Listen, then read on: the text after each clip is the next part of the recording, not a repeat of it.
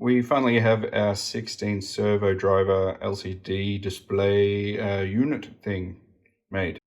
It can control up to 16 servos at a time with the 16 PWM control board. We are running a 5-volt external power supply to that board. And at the moment I've just got the one servo plugged in, but it is in the middle. I'll take you over for testing. So let's see how this works. First let's have a look at live setting. We're setting the angle to 0 by default when you first come in. And you can step the motor back and forth. You go to 90. We can come back.